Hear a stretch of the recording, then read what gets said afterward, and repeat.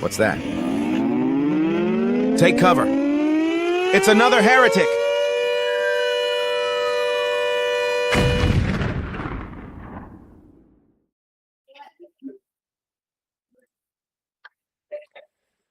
Hello, everyone.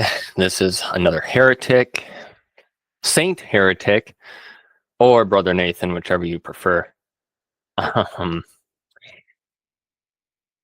We are going to continue reading Pepper Saucy's Rulers of Evil. You can go to anabaptistapologist.com, scroll down, find Rulers of Evil here, and we are in chapter 19. So just hit Control F, type in chapter. Actually, I think it's 18. Chapter 18. The stimulating effects of tea. So, let's begin. The East India Company was a major subsidizer of the Jesuit mission to Beijing. The Jesuits, in turn, interceded with Oriental monarchs to secure lucrative commercial favors for the company, including monopolies on tea, spices, saltpeter for explosives, silks, and the world's opium trade. Indeed, according to Reed's Commerce and Conquest, the story of the Honorable East India Company, the company appears to owe its very existence to the Society of Jesus. How this came to be is worth a digression. Briefly, in 1583, 4 young commercial travelers, Fitch, Newberry, Leeds, and Story, set out from London with letters of introduction from Queen Elizabeth to the Emperor of China. Somewhere east of the Persian Gulf, they were arrested by the Portuguese for illegally crossing the line of demarcation. Pope Alessandro the Sixth, whose mistress, we recall, was Giulia Farnese, Paul III's beautiful sister, had drawn the line in 1493 from the North Pole through the Azores to the South Pole. All lands west of the line he granted to Spain and those east of Portugal. All right, a little commentary aside here from me. Isn't it just wonderful when these elites just get to draw arbitrary lines and then arrest you for freely traveling across God's earth? You gotta love the border police, right? But anyway, the violators were sent in chains to the Portuguese colony of Goa on the western coast of India. In Goa, they were rescued by a fellow countryman, Thomas Stevens. Stevens had influence. He was rector of the University of Goa, and he was a Jesuit priest. Father Stevens arranged their release, but apparently not without certain conditions. Story joined the Society of Jesus. Newberry and Leeds accepted posts in the Goan colonial government. Ralph Fitch proceeded on to China, evidently under an Ignatian oath. Otherwise, the Portuguese viceroy would not have permitted him to carry on. In 1591, Fitch returned to England and, like Marco Polo before him, tantalized adventurers with the lucrative possibilities of transporting to the Western Hemisphere all the Oriental splendors he'd seen. 8 years later, on September 24th, 1599, with a subscription of a little more than £30, Fitch and several others formed the East India Company. And now, in 1773, the East India Company was governed by Freemasons, whose Grand Master since 1772 was the Ninth Lord Peter. His mastery would continue until 1777. Related to the Stortons, Norfolks, and Arundels, the Peter family, Peter, was highly esteemed by the Society of Jesus. It was the Peters who, back in the 16th century, bankrolled the original Jesuit missions to England. The East India Company's most powerful political attaché was Robert Petty, Lord Shelburne. We recall Shelburne as the Jesuit of Berkeley Square, who worked in 1763 with Lord Bute to conclude the French and Indian Wars with the Treaty of Paris, which isolated England from European alliances and angered the Americans over the Western lands.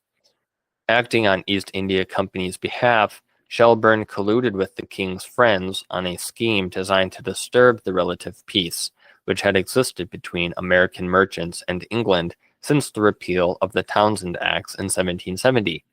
It went like this. Stored in the company's dockside British warehouses were 17 million pounds of surplus tea. This tea could not be released for sale until a duty of 1 shilling per pound was paid to the crown. If the king would exempt the company from paying the shilling duty, the company would sell the tea through special consignees to Americans at prices lower than the colonists were paying for either the dutied English tea or the smuggled Dutch tea. Everyone would win. The American tea drinkers, still suffering from the depressive effects of the British banking crisis of July 1772, would win. East India Company would win. And with a windfall duty of not 1 but 3 shillings per pound, the crown would win. The only loser would be the colonial tea merchants, who had been enjoying nice profits on both dutied and smuggled tea. The king's friends directed Parliament to put the scheme into law, and on May 10, 1773, the Tea Act went into effect. Predictably, the tea merchants reacted in fury. Over the next 6 months, they pressed the intercolonial network of dissident propagandists to help them mount a protest. What began as an injustice against tea merchants was amplified by the propagandists into a widely felt injustice against the colonies generally. Then, in July 21st, 1773, Ganganelli Clement XIV abolished the Jesuits for all eternity. His brief disestablishment is entitled Domines ac Redemptor Noster, which is usually translated God and our Redeemer. We should note that Redemptor also means revenge agent. Considering that the brief's real effect in the long term was a dramatic increase in papal revenues from a new Febronian America, perhaps God and our revenue agent would be a more appropriate translation, if not the intended one. A little aside here, I think this is what is called green language. Let me verify that.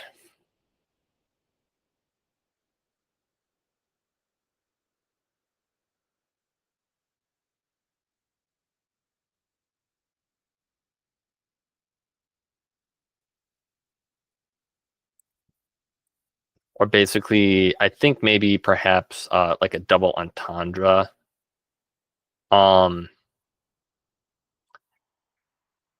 It's basically double meanings. I think it's related to the occult or the idea that you deceive through language. It's kind of like they give one word with one particular surface level colloquial meaning, but really the intention lies behind a hidden or alternative meaning to the word. So basically, they are telling on themselves in a hidden or esoteric or occultic way. It basically signaled to all the other co-conspirators what the actual intent is, and it works as a sort of propaganda. So anyhow, moving on. Although Catholic history calls the disestablishment a supreme tragedy, John Carroll more accurately appraised it as the secularization of the Society of Jesus. Thousands of Jesuits now rose to secular prominence throughout the Western world in the arts, sciences, and government. Raimondo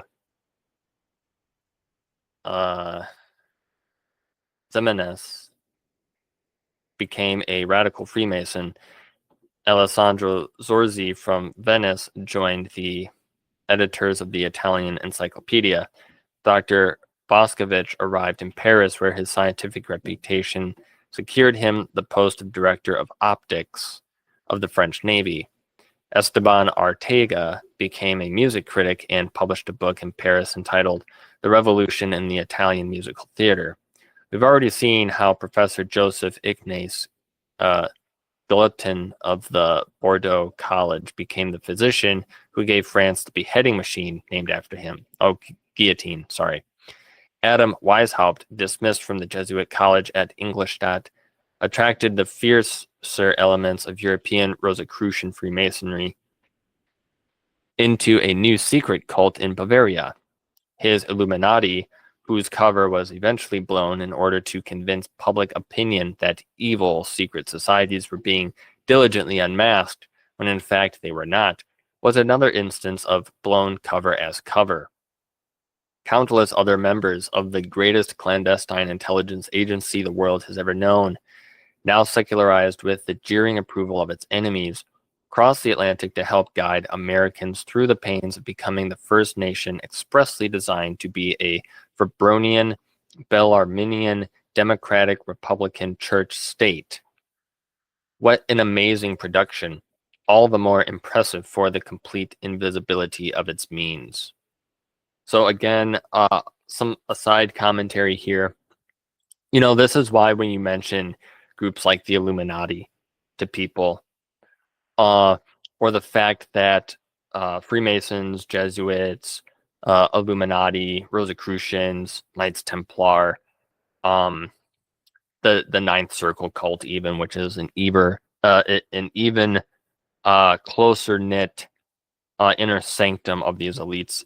When you mention these people as being the real movers and shakers of the world, the hidden hand, people balk at that idea, either because they believe the lie that no such secret societies exist, and if they do, they're merely philanthropic and that they're not nefarious. Or you will hear people say, well, the Illuminati's cover was blown and it was disbanded, without realizing that it's blown cover as cover. It's intentional that these little groups here and there are exposed and disbarred, right? Meanwhile, that's part of the plan.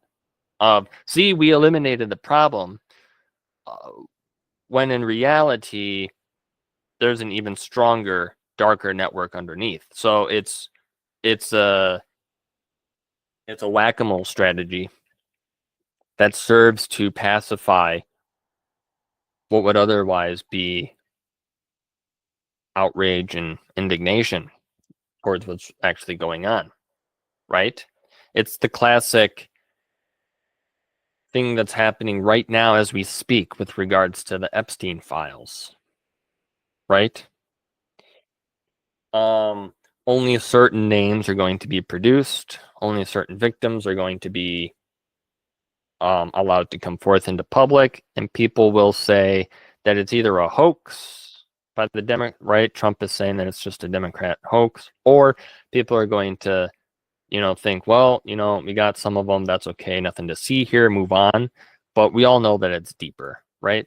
So it's the same thing. They're only going to allow certain patsies, certain particular fall guys to actually take the brunt of the consequences. This way they can continue the operations under a different name, under a different guise, right? So that's basically all that's happening here for those of you who may not be new to this sort of thing when it comes to conspiracies. Let me tell you, they are ancient, they are real, they're dedicated.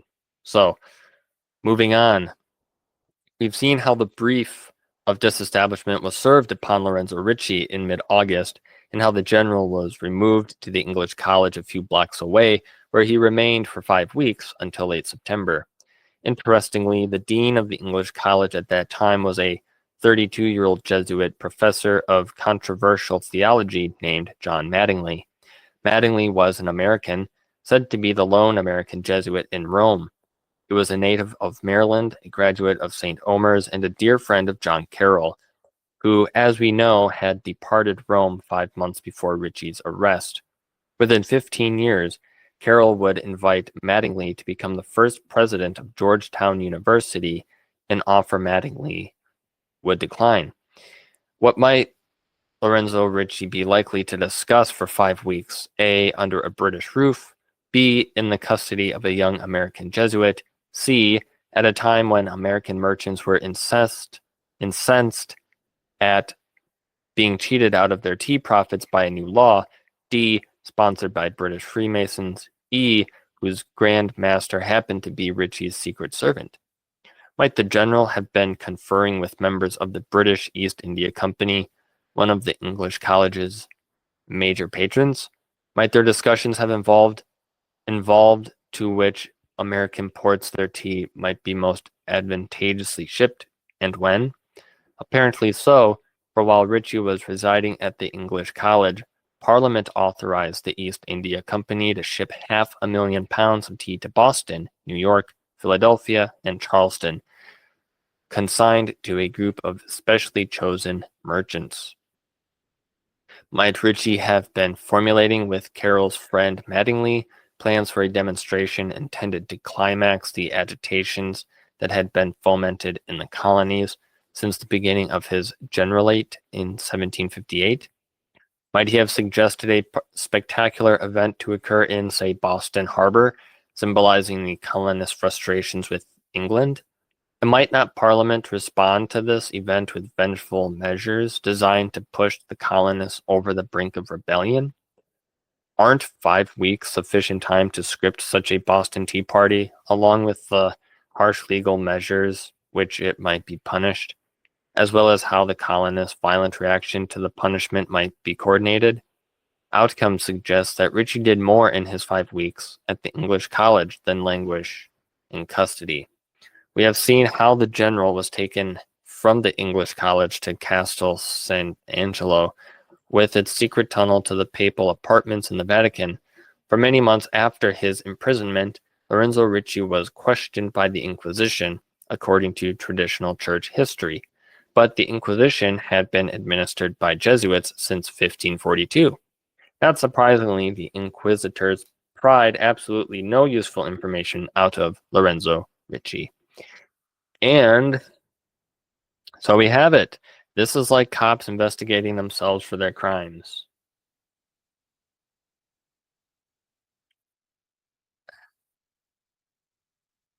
Right?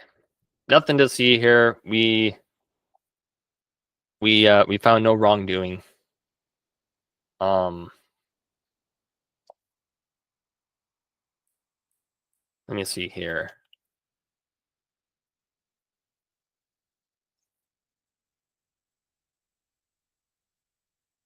Yeah. It's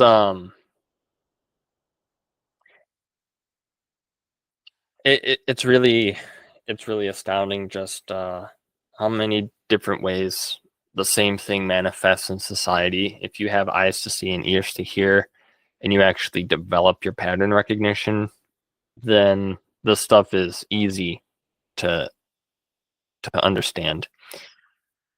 In October of 1773, Austrian officials with drawn bayonets descended upon the Jesuit college in Bruges. The officials were Austrian because Bruges was under the jurisdiction of the Austrian government. They arrested John Carroll and the rest of the college faculty and students.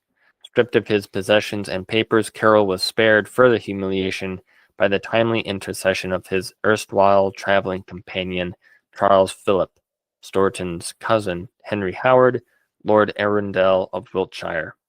The Catholic nobleman escorted Carroll across the English Channel to Wiltshire's lushly rolling hills. On his family estate near Tisbury, Howard had been constructing a Palladian mansion, New Wardour Castle. One of Carroll's duties was to write his version of the closing of Bruges College in order to help Henry Howard and other English sponsors of the college win damages from the Austrian government. His principal chore, however, was to administer the chapel occupying New Wardour Castle's west wing. In this way, Carroll established a connection with Henry Howard's art agent in Rome, a Jesuit named Francis Thorpe. Thorpe was a renowned intelligence broker, a man whose knowledge of Rome, its happenings and resources was legendary. His apartment was a favorite meeting place for visiting English nobility, and his favorite English nobleman was Henry Howard. Howard had put Father Thorpe in charge of every detail, every aspect of the chapel's design. Father Thorpe and John Carroll needed no introduction to one another. From the editor's notes to Carroll's letters, we learn that Thorpe taught at St. Omer's during the years John was a student there. Moreover, he was Carroll's favorite instructor. These remarkable facts suggest interesting probabilities. From Tisbury, in less than a day, Carroll could reach Benjamin Franklin's residence in London by stagecoach. Franklin, for his scientific achievements and enlightened egalitarianism, had long been the toast of Europe, a darling of Jesuit intellectuals. He was the exclusive colonel agent now, representing the commercial interests of all 13 colonies before the crown. Franklin knew more about America than anyone else living in England, and more about England than any other American. Francis Thorpe knew more about England than anyone else living in Rome, and more about Rome than any other Englishman. And both men knew John Carroll well. And there Carroll was, for the 6 months during which time the Tea Act erupted into the most explosive scandal of the Revolutionary epoch, poised in Tisbury to facilitate information between these two personal friends of his, geniuses, institutions. But where is the evidence that anything bearing on the American Revolution transpired between Ricci and Thorpe and Carroll and Franklin and Howard and the entire Anglo-American Masonic system? We are left with nothing but clues and outcome, which nonetheless emphatically point to a fruitful collaboration. During the night of December 6, 1773, a gang of Indians climbed aboard certain ships in Boston Harbor, ripped open 342 of the East India Company's tea chests, and threw overboard their contents, valued at $90,000. Well, they looked like Indians, and witnesses thought they were Indians, but the big open secret was that they were Freemasons in disguise. Perhaps the most succinct statement on the subject appears in respected Masonic historian Arthur Edward Waite's New Encyclopedia of Freemasonry. Quote, "The Boston Tea Party was entirely Masonic, carried out by members of the St. John's Lodge during an adjourned meeting." Parliament reacted to the Boston Tea Party in a way calculated to increase dozens of rolling boulders into a devastating landslide.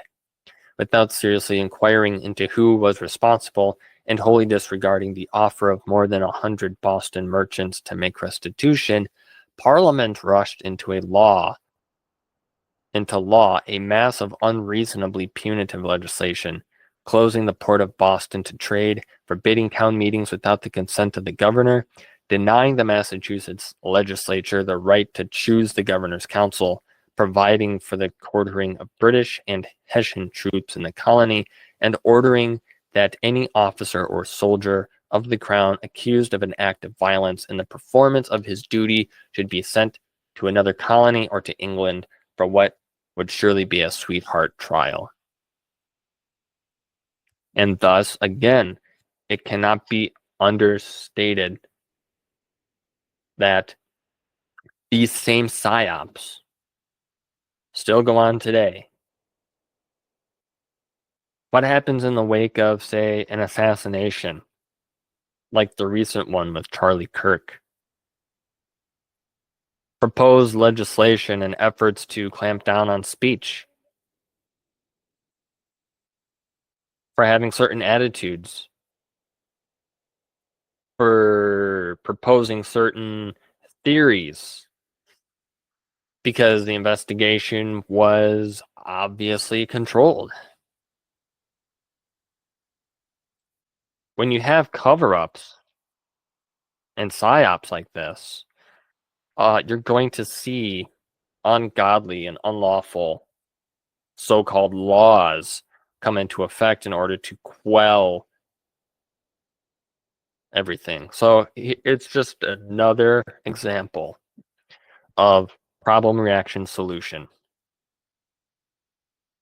Continuing on, to complete the overkill, Parliament passed the Quebec Act, which cut off the claims of Massachusetts, Connecticut, Virginia, and New York to their western lands, and placed these lands, to add insult to injury, under the French Catholic jurisdiction of Quebec.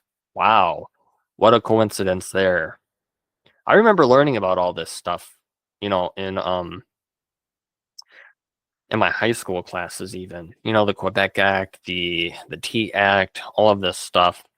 But you're really sold on the myth that Ben Franklin was doing everything he could to advocate for these poor colonists. Meanwhile, come to find out all these decades later that I was lied to, and that they were all colluding and conspiring in how to form a more perfect union of secret societies of these elites. This worldwide group of fascists who want to subjugate us and farm us.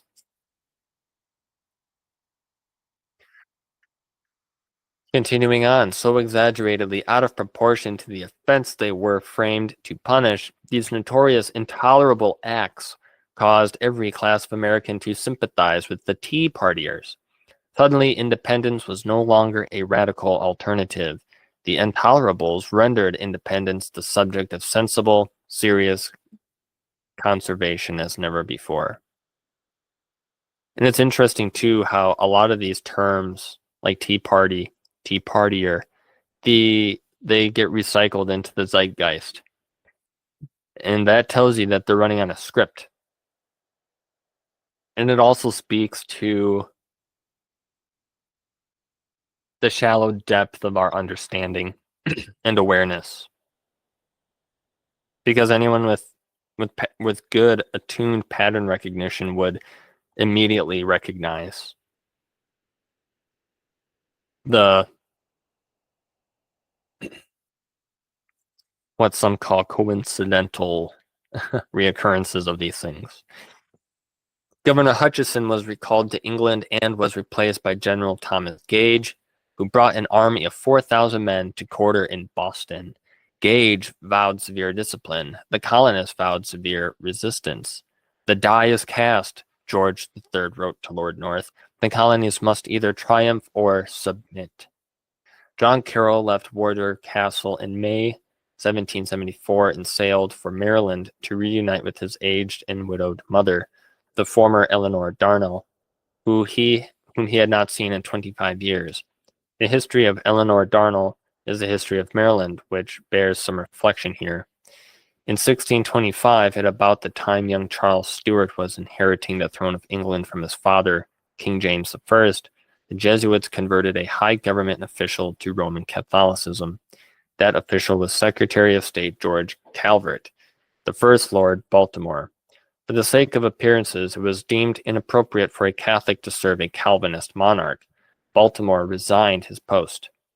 Meanwhile, behind the scenes, the Jesuits perfected an audacious marriage arrangement between Charles, now King Charles I, and a Roman Catholic princess, Henriette Marie, sister of Louis XIII of France. The marriage purported to be good for Charles's economic interests. He went out of his way to accommodate the Jesuits.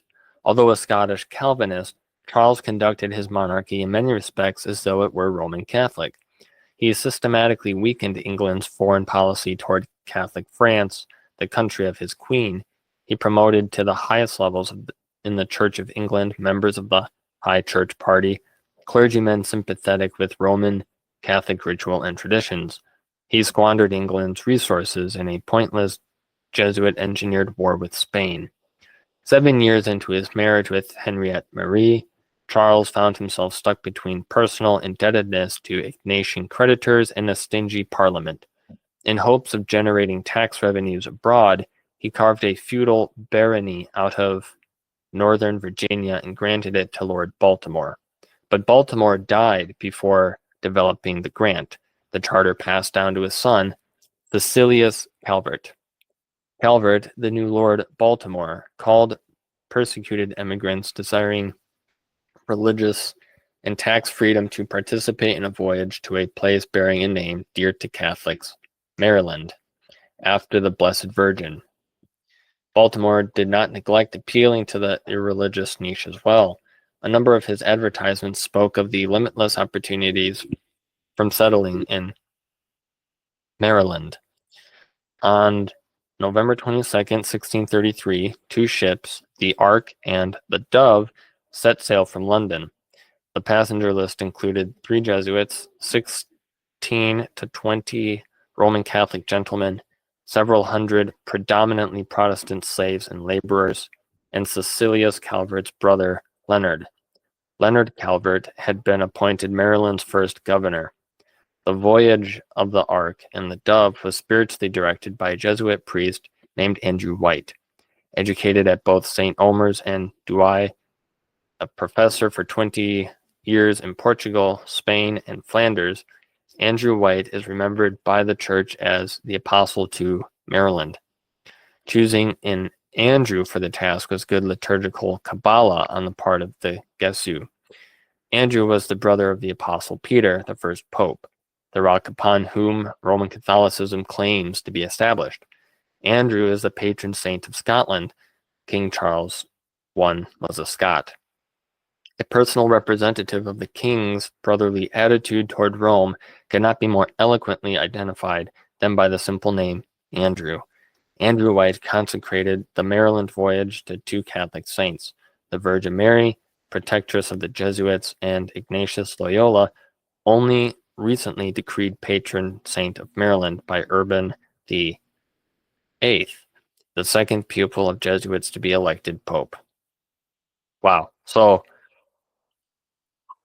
you have to follow the names and follow the money, and you'll see all the connections fall into place. So it's always a lot of people who know people who know people who know people. And there's always plausible deniability valves everywhere. Anyhow, the ships were at sea nearly 4 months. Finally, 123 days from England on March 25th, 1634, the parties reached St. Clement's Island in the mouth of the Potomac River. It was an auspicious day.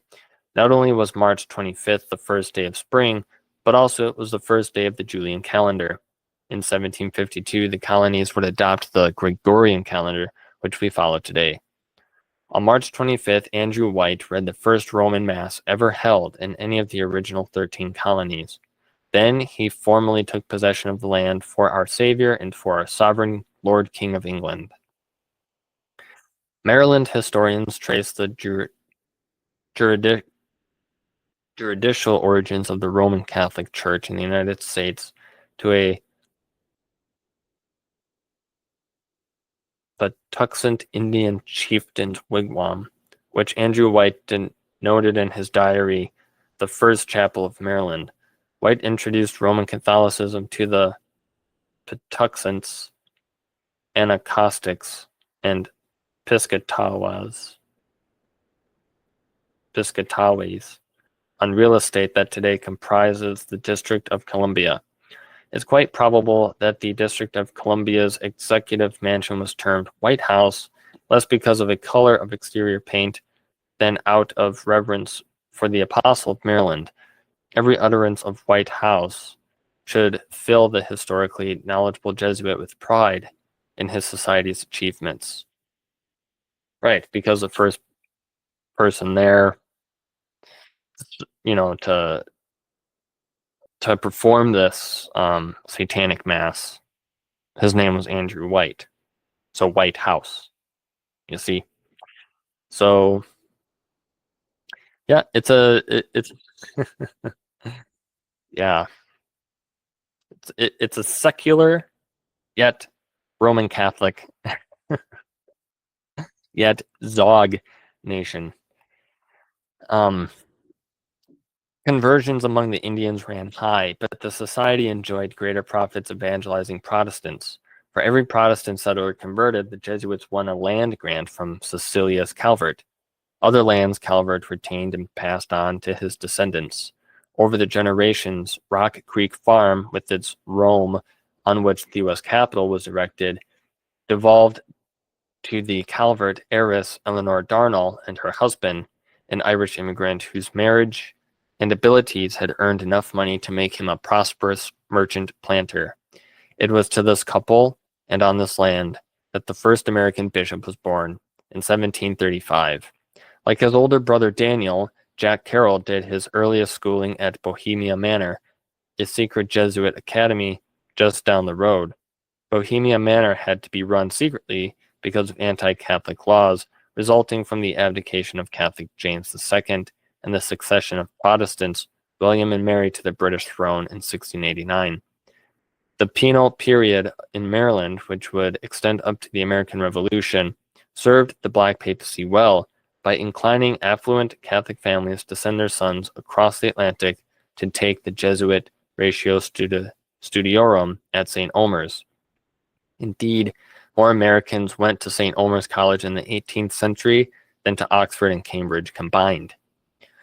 At the tender age of 13, Jackie sailed to Europe with his even younger cousin, Charles Carroll, for schooling at St. Omer's. Daniel returned home from there to help manage the family interests he stood to inherit. In 1753, Jackie entered the novitiate of the Jesuits at Weyten in the Netherlands. Charles went on to study pre-law at Voltaire's alma mater, the Collège Louis-le-Grand in Paris. In 1758, Jackie returned to St. Omer's to teach, while Charles crossed the Channel to England, enrolling in London's premier school for barristers, the Inner Temple, founded in the 14th century by the Knights Templar. Merchants, cops, lawyers, priests, governors, congressmen, kings, princes, princesses, they're all in on it. John Carroll's arrival at his mother's home in Maryland coincided with Paul Revere's ride to Philadelphia bearing letters from the Boston Committee of Correspondence seeking aid from Charles Thompson's group in protesting the closing of Boston Harbor. From his mother's estate at Rock Creek, Carroll dealt with the aftermath of the Tea Act by exercising his secularized priestly authority as prefect of the sodality. He integrated the Catholics of Maryland, Pennsylvania, and Northern Virginia into the movement for independence. Charles Thompson's Philadelphia Committee sent Boston a letter of support. The committee additionally proposed a Congress of Deputies from the colonies to A. consider measures to restore harmony with Great Britain, and B. prevent the dispute from advancing to an undesirable end. Thompson then notified all the colonies south of Pennsylvania of his committee's action. He suggested the necessity of calling a General Congress to consider the problem. Combined with a similar call from the Virginia House of Burgesses, his suggestion was approved throughout the colonies. Plans were laid for the First Continental Congress to meet at Philadelphia in September. On June 1st, 1774, the bill closing Boston Harbor went into effect. Thompson's radicals led Philadelphia into observing a day of mourning. Shops closed, churches held services, the people remained quietly in their homes. On June 8th, Thompson and more than 900 freeholders petitioned Governor Richard Penn to convene the Pennsylvania Assembly so that it might consider sending delegates to an all-colony Congress to explore ways of restoring harmony and peace to the British Empire. The governor refused their request, which justified Thompson's taking action outside the established order. Thompson called for a town meeting to be held on June 18th. Nearly 8,000 Philadelphians attended. Boisterously, they resolved that the closing of Boston Harbor was tyrannical and that a Continental Congress to secure the rights and liberties of the colonies must be convened in Philadelphia. In July, the Pennsylvania Assembly yielded to Thompson's popular pressure and agreed to name a delegation to the First Continental Congress. Thompson, however, was not named. Thanks to the publicity from his First Citizen's Second Citizen media production during the first half of 1773, Charles Carroll was named by the Annapolis Committee of Correspondence to be a delegate to the First Continental Congress, but he declined the nomination. He said that his usefulness might be restricted by anti-Catholic sentiment. and engendered by the Quebec Act, with which Parliament had avenged the Boston Tea Party by giving the western lands of Massachusetts, Connecticut, Virginia, and New York to Catholic Quebec. He attended the Congress, however, but as an unofficial consultant to the Marylanders. Charles Thompson accompanied the Pennsylvanians in the same capacity. To prepare for the September 5th opening session, delegates began arriving in Philadelphia in late August. They congregated at a well-known radical meeting place, the elegant mansion of Thomas Mifflin. Mifflin had studied classics under Charles Thompson at Benjamin Franklin's Academy, later to become University of Pennsylvania. They were close friends. As Mifflin's house guest, Thompson was on hand round the clock to greet and confer with the arriving leaders, most of whom already knew him by name. John Adams' diary entry for August 30th speaks of much conversation he and his fellow delegates had with the learned Thompson. He called Thompson the Sam Adams of Philadelphia and the life of the cause of liberty. Thompson and the Carrolls, Charles, Daniel, and John, spent these critical preliminary days lobbying for the inevitability of war. Thompson was already heavily invested in New Jersey's Batso furnace. Batso would furnish cannonballs, shot, kettles, spikes, and nails to the army through the War Commissioner, who controlled all the executive duties of the military department. The War Commissioner was just the man Lorenzo Ricci needed for the job, Charles Carroll. Thompson was elected Secretary of the First Continental Congress, an office he held under the title Perpetual Secretary until the United States Constitution was ratified in 1789. He led the delegates through an itemized statement of the American theory of rebellion that culminated in the critical Declaration and Resolves of October 14, 1774. It was while the First Continental Congress was deliberating America's future under British tyranny that Ganganelli, Pope Clement XIV, died his agonizing death, September 22nd, 1774. When the papacy was vacant, says New Catholic Encyclopedia, the administration and guardianship of the Holy See's temporal rights, that is, its business affairs, are routinely taken over by the treasurer of the Apostolic Chamber.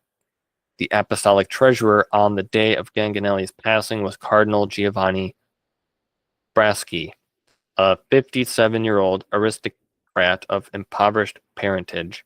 Cardinal Braschi was a sterling product of the Jesuit colleges. The Ratio Studiorum had made of him a distinguished lawyer and diplomat.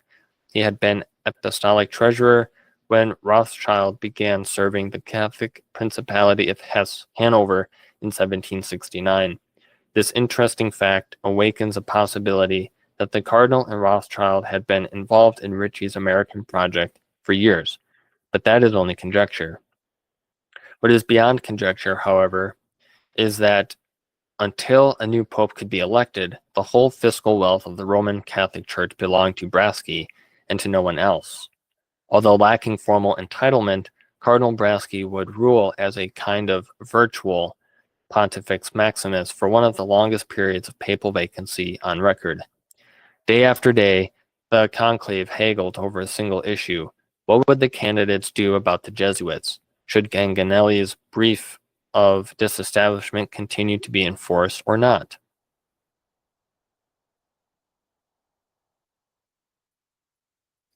Although Lorenzo Ricci was in detention at Castle St. Angelo, we know he could easily hop a tunnel carriage to the Vatican for covert meetings with the virtual Pope. In a very real way, Braschi was a creation of Ricci's.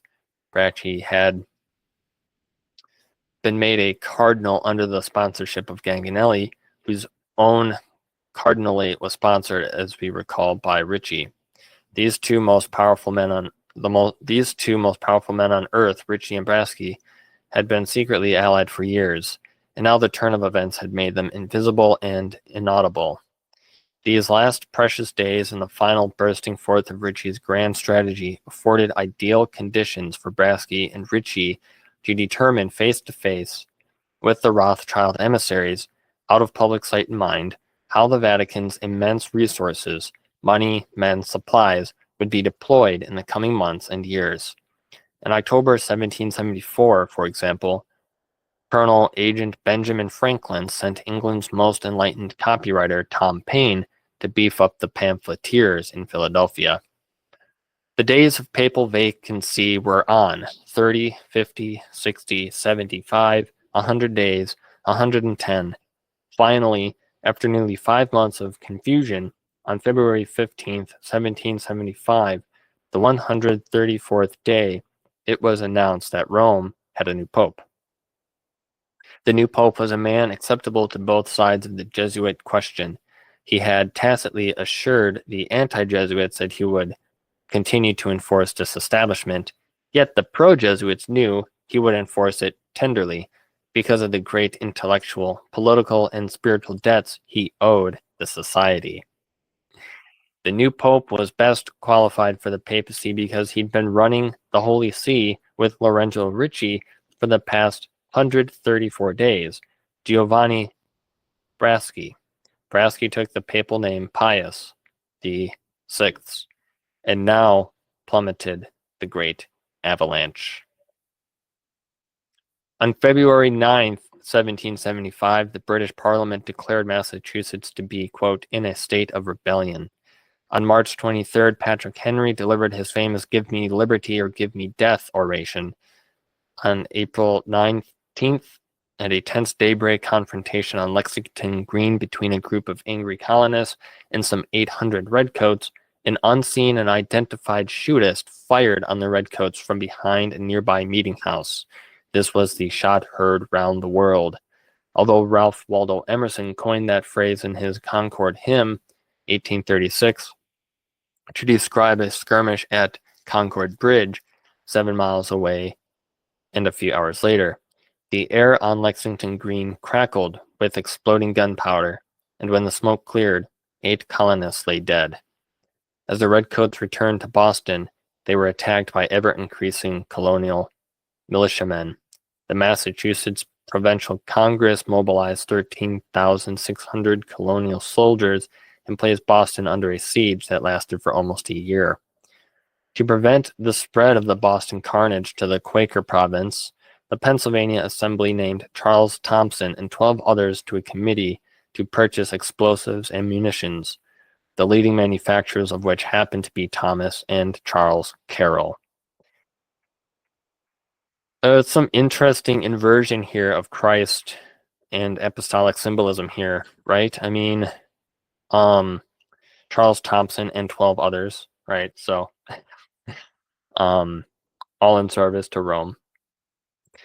This is just incredible here. On May 10th, the Second Continental Congress convened in Philadelphia and named George Washington Commander-in-Chief of the Continental Army. On June 22nd, Congress voted to issue a continental currency, $2 million of unsecured bills of credit to be used in paying the costs of war. On July 3rd, George Washington formally assumed command of the Continental Army. About 17,000 men gathered in Cambridge, Massachusetts. On July 5th, Congress adopted its last humble plea for peace with England, the Olive Branch Petition, written by Charles Thomson and John Dickinson. Governor Penn of Pennsylvania personally delivered the petition to London, but the king's friends prevented George III from seeing Penn or even acknowledging the petition. On July 6th, Congress adopted the Declaration of the Causes and Necessities of Taking Up Arms, which fell short of asserting independence, but vowed a holy war of liberation from slavery. On August 23rd, George III issued a proclamation declaring that all 13 colonies were in a state of open rebellion. 2 months later, in October, British forces burned Falmouth, what is presently Portland, Maine. The war was on. But from Lorenzo Ricci's vantage point, the war was won. There remained only opportunities now for his enemies, the British Crown and the American colonials, to engage in bloodletting hostilities that would eventually separate and exhaust them both. Divide et impera, divide and conquer.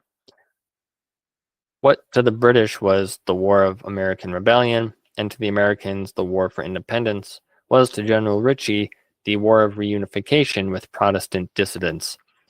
From it would rise the first Fabronian government on earth, a constellation of secular churches called states, led by an electorate of laymen, properly enlightened by the Ratio Studiorum and united under the spiritual guidance of Pontifex Maximus, and paying tribute to Rome for the privilege.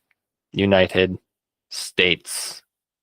That would effectively mean that every governor and, dare say, potentially every mayor of every small town and hamlet and village across this nation has been properly enlightened by the Ratio Studiorum and are thus united under Pontifex Maximus. The real war, however, was over. There began now the unraveling, which was the historical war, the theatrical war. This would consist of a series of bloody battles mounted by Congress and Crown for the people's participation, observation, and commemoration. These events would produce Caesarian Rome's essential emotional cornerstone. Like Virgil's Aeneid, epic national heroes would forge a fictitious national legacy. We must not forget Charles Thomson's candid assessment that the Revolution's leaders were largely deceptions, men of supposed wisdom and valor, who were far inferior to the qualities that have been ascribed to them. And there is evidence, admittedly the faintest hint of evidence, as is so often the case with clandestine warriors, that Lorenzo Ricci communed with these American heroes and gave them instruction on their own soil. This evidence is presented in our next chapter. Yeah, so as we see, these beloved idolized figures of the American mythos, men like Benjamin Franklin, George Washington, Thomas Paine, right, Patrick Henry, on and on and on. These men are just evil, wicked, duplicitous Jesuit, Freemason, Illuminati, Satanists. In service to the papacy. This Zog. So I very much look forward to the next chapter. Here we have the New Republic's first flag, the flag of the East India Company. It's very interesting. So British and American at the same time, isn't it? As I say, Rome never fell. It just moved across the ocean. And